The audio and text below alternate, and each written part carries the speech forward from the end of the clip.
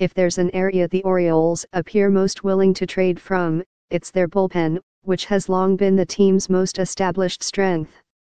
And with the relief market starting to develop at this week's winter meetings, the Orioles are listening to offers on their late-inning relievers.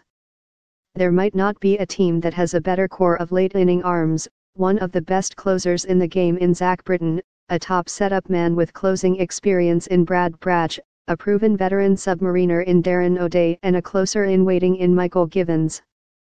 The Orioles can afford to deal one and still consider the bullpen a strength. The bullpen is still a strength, Orioles Executive Vice President Dan Duquette said Monday. The other clubs are looking at the market, then they're checking back in with us on some of the players in our bullpen. So there's still a lot of interest in that group because they've performed well in the past. So if we have any depth on the team, it might be in that area of the club. So that's something we can take a look at. On Monday, the Philadelphia Phillies signed 37-year-old reliever Pat Neshek to a 2-year deal worth between $16 to $17 million, starting to set a free agent market that still includes top-tier bullpen arms such as Wade Davis, Greg Holland, and Jake McGee.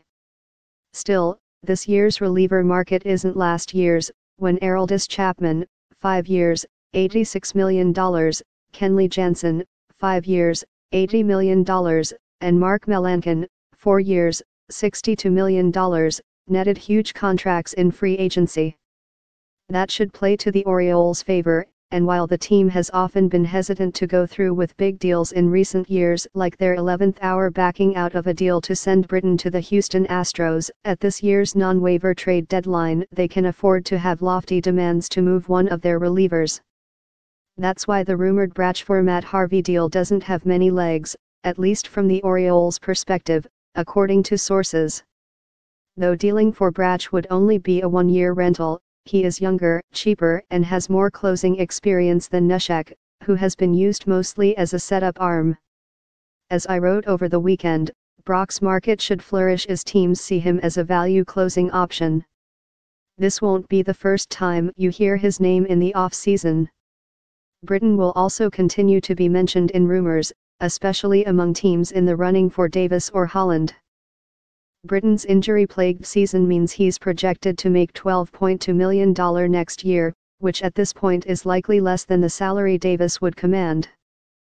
Both options would offer other teams legitimate closers for 2018 at below market cost, and the option of trying to retain those players beyond next season, or dabble in a reliever market that will include Craig Kimbrell, Andrew Miller, Kelvin Herrera, and Cody Allen. The division rival Tampa Bay Rays are reportedly looking to deal their closer, Alex Colomé, who is entering his first year of arbitration eligibility and is projected to make $5.5 million next year, which is $300,000 more than Brach's projection, though Colomé's added value would be tied to 3 more years of team control compared to Brach's 1.